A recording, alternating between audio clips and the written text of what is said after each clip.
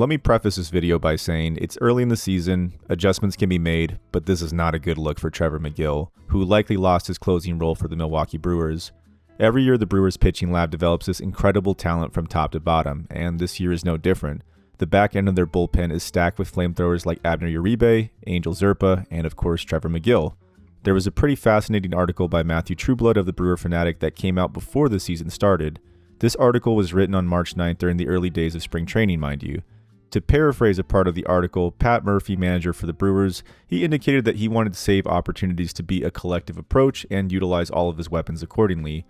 On March 5th, Trevor Megill was asked about Pat's philosophy to having this collective approach to closing out games. His response was the following, and I quote, "I got no plans of seeing it change," Megill said. He continued on, "But we'll see what they say. The only thing I can do is go out there and just pitch the way I know how to, which I feel like I have, and things will line up the way they're supposed to," end quote. A follow-up question about what if Pat Murphy asked him to pitch the 8th or even the 7th, would he be willing to do so without any kind of friction? And again, I quote Megill, I definitely see myself pitching in the 9th. In the article, Matt points out that amongst relievers, only closers make any kind of real money in arbitration, a process that Megill will have to go through one more time this upcoming winter.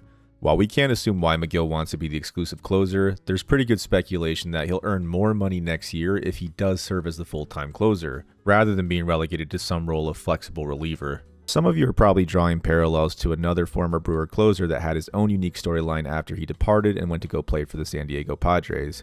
Yeah, I was thinking about Josh Hader too. For those of you unfamiliar with this story, I'll link another article, one written by ESPN's Buster Olney about Hader's drama with the Padres. I will also utilize one quote that I think has a lot of value and can add some perspective to why Megill might be determined to have that closer role. When Josh Hader was asked about why he would only pitch in the 9th inning for the Padres and about arbitration in general, he was quoted as saying, "If they don't see what I do as valuable and I can't get the value I'm worth, then why would I put myself in jeopardy to get hurt and not have a job? If I get injured, a team isn't going to sign me to a long-term deal because I wouldn't be able to pitch and I'd have no value to them. I was just following what they told me was valuable."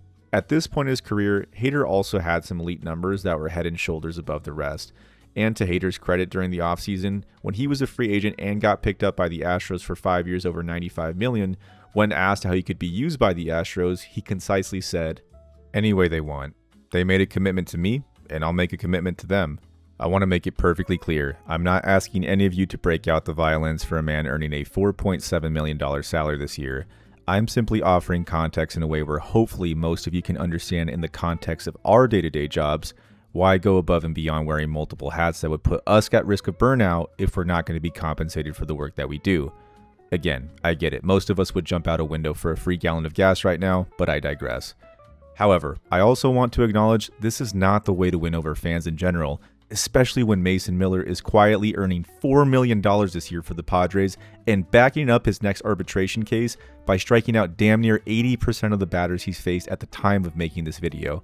So what actually happened on Friday night to warrant all this background? On pitch number 3 of the outing, Megill's inside fastball clips Abrams' elbow guard. On pitch number 5, Joey Wiemer lays down one heck of a bunt into no man's land. Megill quickly has runners on first and second with no outs. You can see Megill visibly frustrated, and on pitch number 6, Luis Garcia Jr. ambushes the hanging breaking ball, blistering it up the middle to put the Nationals up by 1. Pitch number 7, the Nationals run a safety squeeze, and clearly Megill was not a fan of PFPs during spring training. He flips an underhand toss that misses the mark by a good 5 or 6 feet.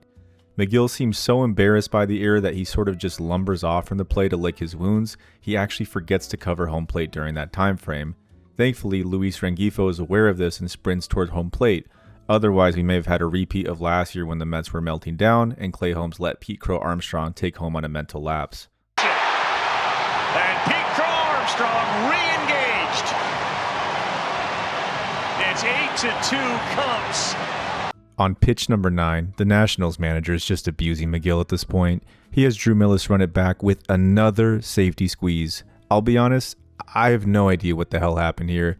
Megill must have forgotten the outs or couldn't get a grip on the ball, but he literally flips this ball like he's launching a bowling ball or something. I mean, this is the embodiment of a Charles Barkley golf swing in a throwing motion. His elbow just sort of locks up and then, I don't know. I mean, these 4 looks say it all. I know Grandma's probably seen a lot of Brewer games over the years, but you know it's bad when you got her maniacally laughing. Hell, William Contreras looks like he hates a Brewers pitcher more than his brother does. In summary, Megill faced 4 batters, allowed 2 hits, 3 earned runs, had 1 fielding error and 1 mental error, accomplishing all of this without getting a single out. This, my friends, is how you lose the closing role in 9 pitches.